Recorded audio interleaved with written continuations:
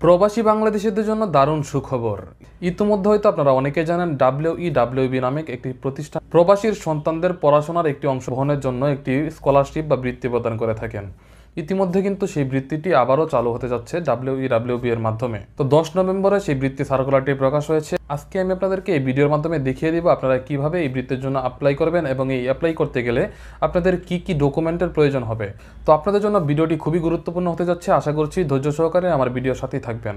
তো এই সুবিধাটি পাওয়ার জন্য আপনাকে কিন্তু অবশ্যই অনলাইনের মাধ্যমে আবেদন করতে হবে এবং এই যে বৃত্তিটি সেটি কিন্তু আপনাদেরকে ব্যাংক চেকের মাধ্যমে দেওয়া হতে পারে। তো চলুন কথা না বাড়িয়ে আমরা সার্কুলারটি একটু দেখে আসি।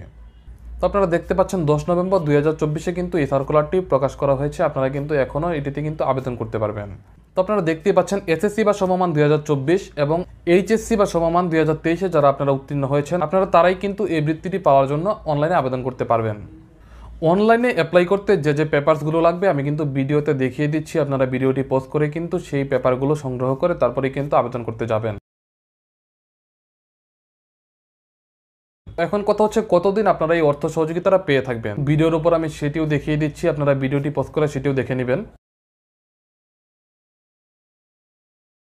তো এখন দেখিয়ে দিচ্ছি অনলাইনের আবেদন প্রক্রিয়া। আপনারা কিন্তু www.wewb.gov.bd এই ওয়েবসাইটে অথবা উল্লেখিত লিঙ্কের মাধ্যমে ক্লিক করে আপনারা এই আবেদনটি করতে পারবেন এবং আবেদনের সময়সীমা থাকবে 25 নভেম্বর থেকে 24 ডিসেম্বর 2024 পর্যন্ত। এখন দেখিয়ে দিব অনলাইনে আবেদনের রুলস। তো আপনারা ভিডিওটি পজ করে এটিও দেখে নেবেন। এখন দেখতে পাচ্ছেন অনলাইনে আবেদনের ক্ষেত্রে বিশেষ সতর্কতাসমূহ। এই সতর্কতাসমূহ আপনারা ভিডিওটি পজ করে দেখে নেবেন।